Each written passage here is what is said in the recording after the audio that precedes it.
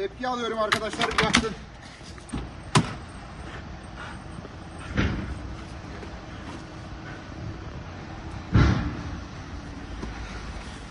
Bir paket filtresi sarılmış. 2 paket halinde. Renk görünüm koku itibariyle Skunk Vattız.